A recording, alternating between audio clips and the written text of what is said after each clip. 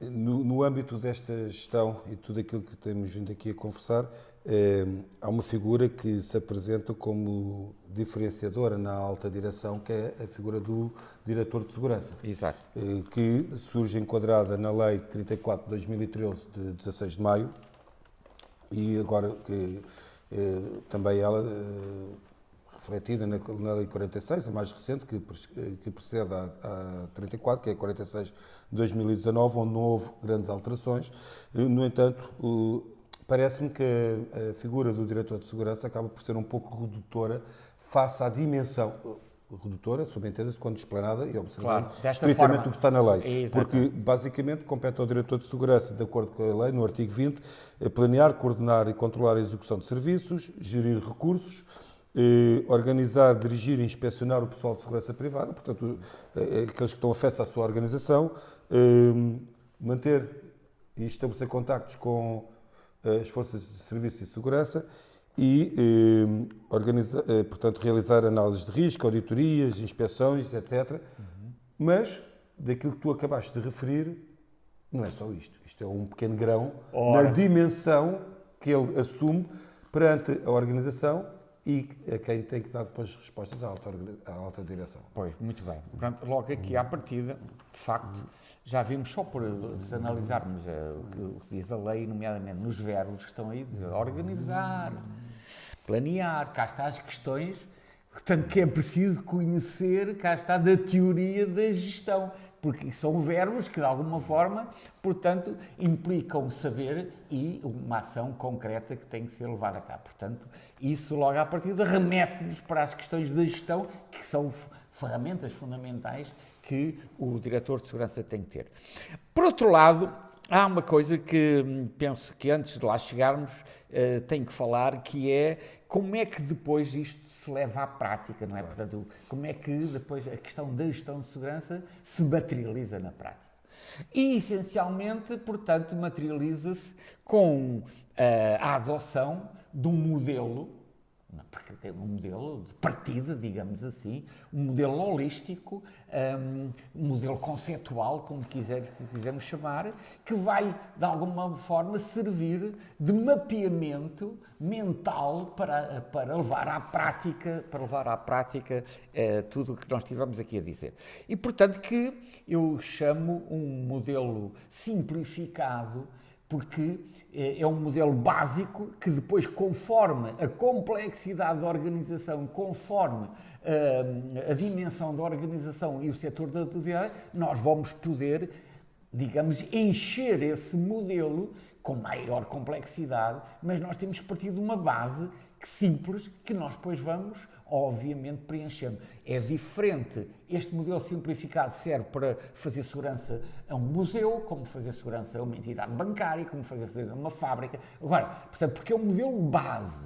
E é a partir desse modelo base que depois podemos ir construindo modelos mais ou menos detalhados sobre isso. E esse modelo é um modelo que o diretor de segurança tem que ter presente.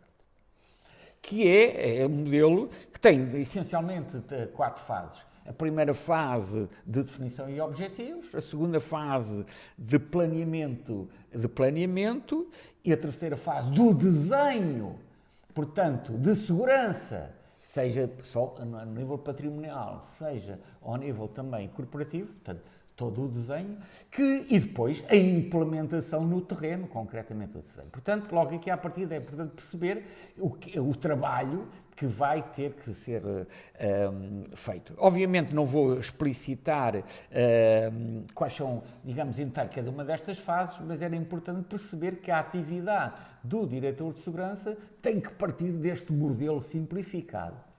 E é um modelo que, portanto, depois tem um diagrama de processo, portanto, que divide, nomeadamente, na primeira fase tem a ver com a missão, não é a primeira fase, qual é a missão que lhe foi atribuída em concreto, e esse é um dos problemas que acontece muitas vezes com os diretores de segurança, é que as organizações não lhe definem verdadeiramente qual é a missão. De facto. E isso, a primeira coisa que o diretor de segurança tem que fazer é, não me definiram, vou eu defini-la, e levá-la ao escalão superior, é isto que os senhores querem. Porque senão, porque isso é aquilo que eu chamo em zona, em jeito de brincadeira, é o relvado onde eu vou atuar. Se eu não sei quais são os contornos do relvado, portanto, eu posso estar a jogar fora do relvado e, portanto, as regras têm que ser cumpridas dentro do relvado. Portanto, definir a primeira coisa, qual é a missão, o que é que esperam de mim, o que é que querem. E, portanto, isso é crucial. E a maior parte das organizações não tem sofrido. Mas mesmo as que já têm, eu tenho que escalpelizar, porque muitas vezes são meia dúzia de linhas e são frases que depois, ou verbos que depois eu tenho que os materializar, tenho que, neste caso, reduzi-los à menor expressão para perceber efetivamente o que é que é. Primeiro, isso é logo a questão.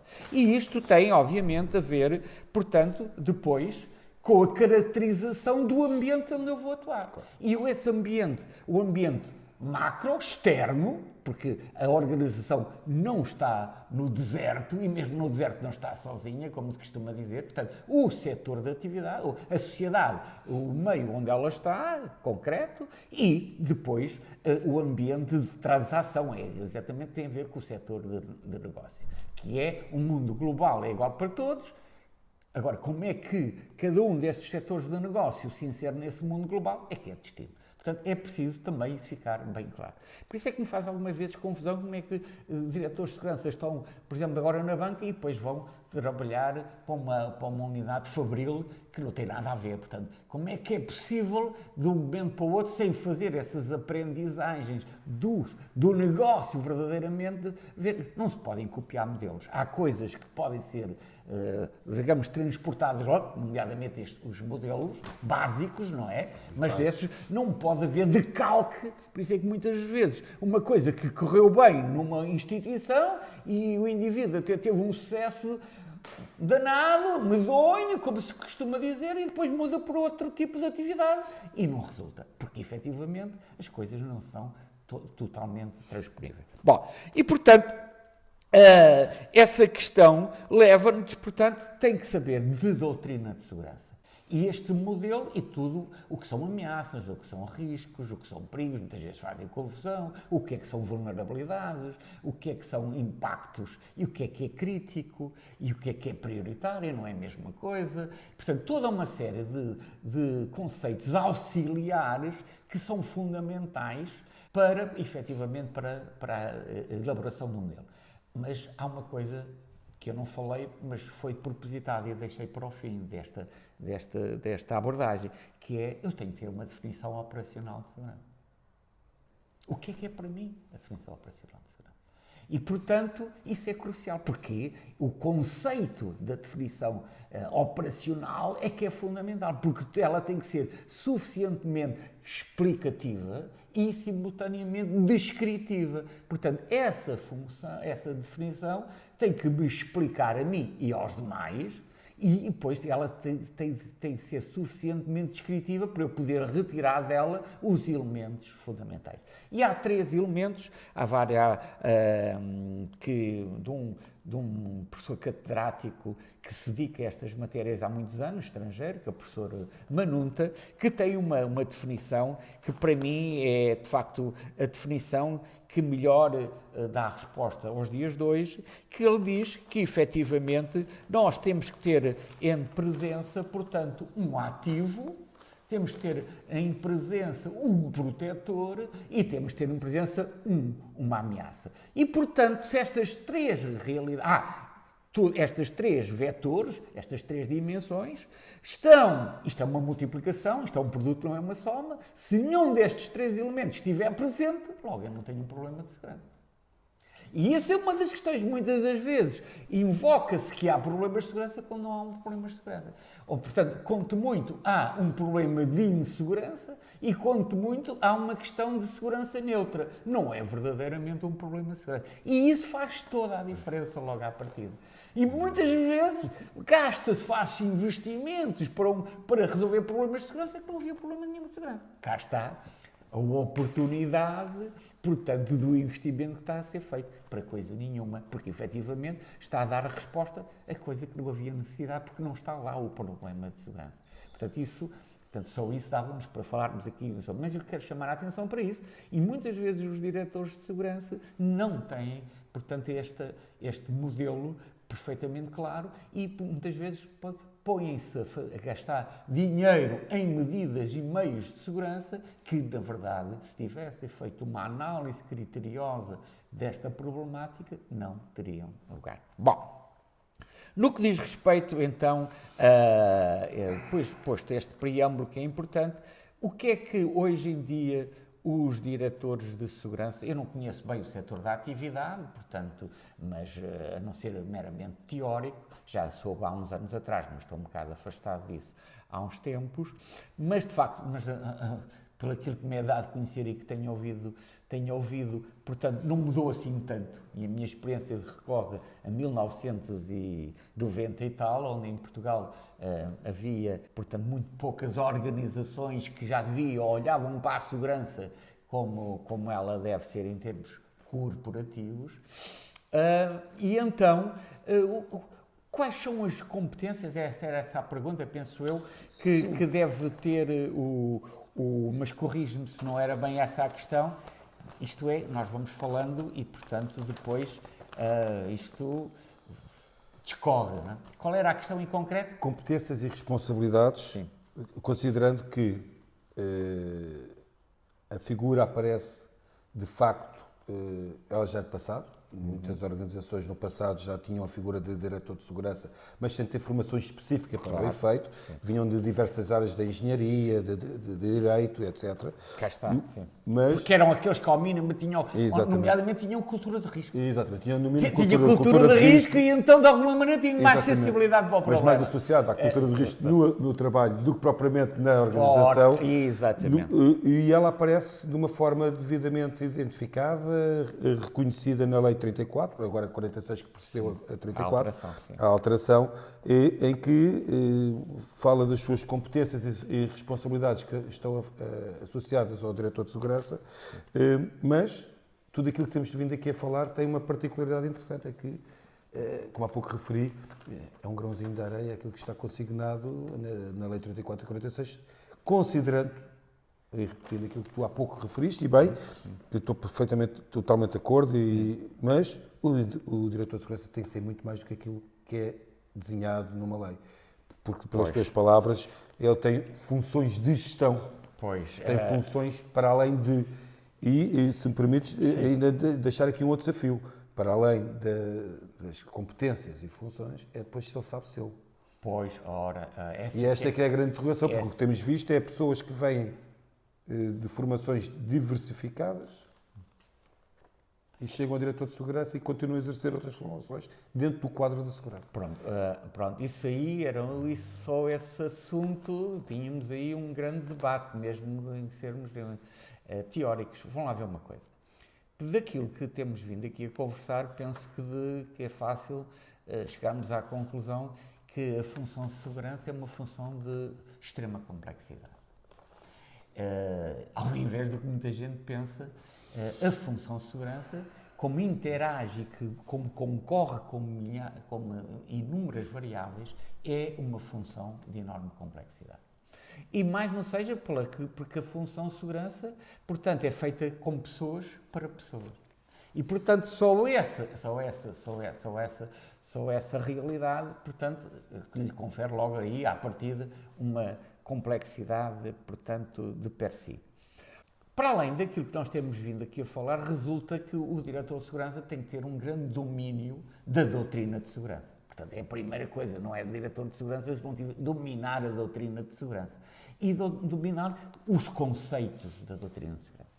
E nós vemos que há falhas gravíssimas nisso e, daquilo que me é dado a conhecer na própria formação, isso não é acautelado, nem sequer é, portanto, devidamente ilustrado. O programa de formação, penso que não entra por esses domínios e isso, logo à partida, é uma pecha enorme. Segunda questão, portanto, como vimos também, portanto, se ele está num patamar em que tem que estar no board, ele tem que também dominar linguagens e, como, aliás, estou a dizer, organizar, tem que saber o que é organizar. Organizar não é juntar, é mais do que juntar. Tem que saber o que é planear. Planear não é só pensar na coisa, é pensá-la e depois levá-la à prática, ao papel, e de uma forma sistematizada, e de uma forma articulada. Portanto, há todo um conjunto de competências e de características pessoais que têm que estar presentes para que efetivamente o diretor de segurança tenha sucesso.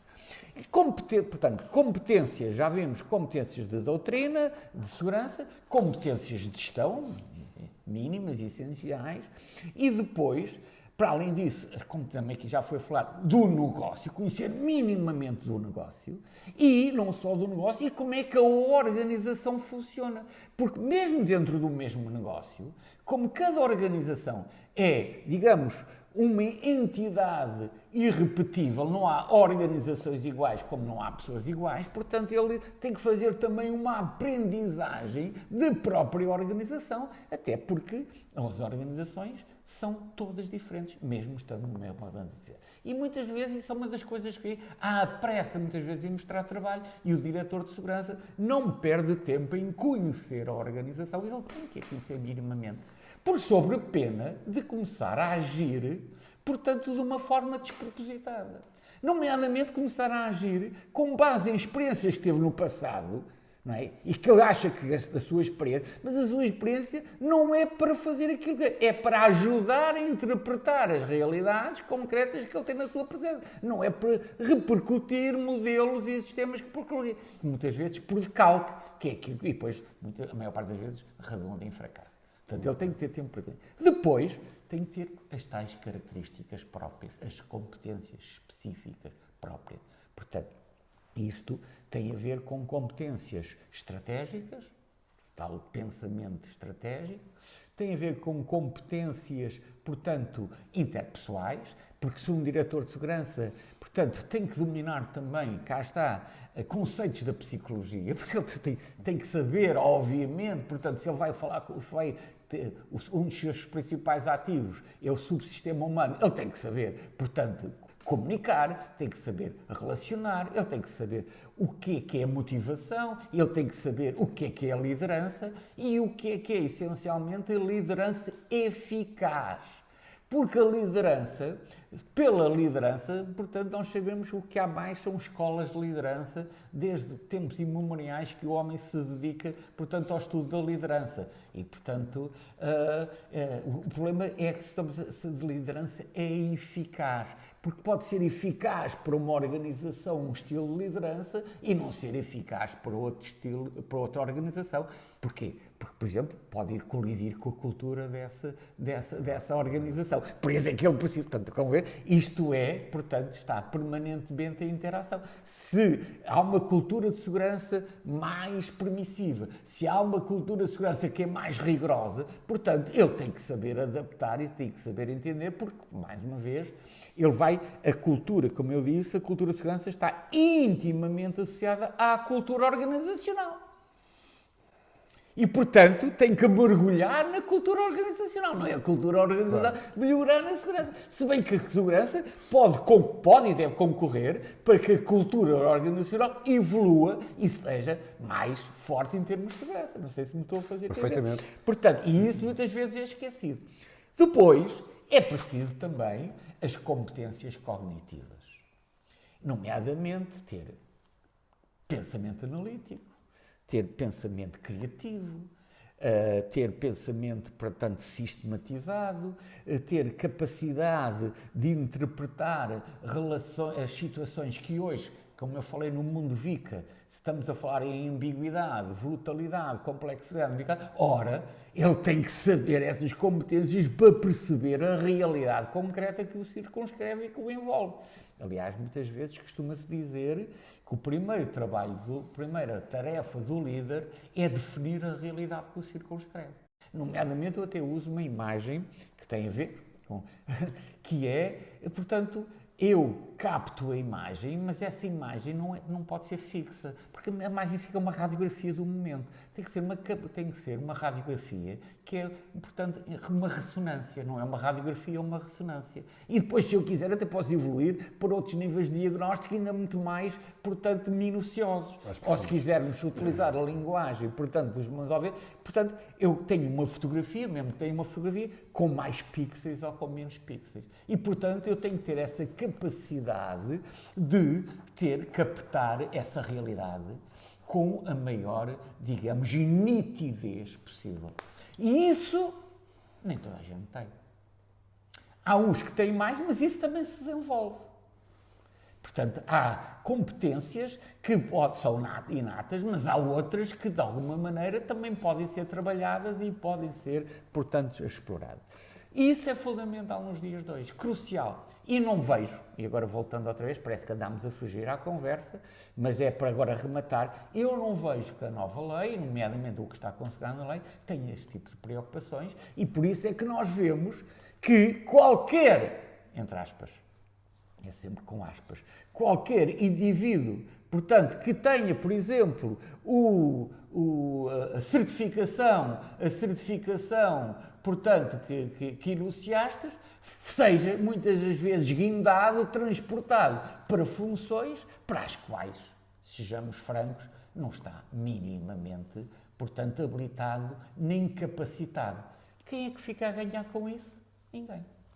E, portanto, como não fica ninguém a ganhar, nós, portanto, continuamos neste patamar, portanto, baixo ainda, nos primeiros degraus destas questões da segurança e não vejo que a gente ultrapasse isso, porque depois, muitas das vezes, impera sempre, não é? A questão, portanto, em que as questões da segurança são sempre questões menores.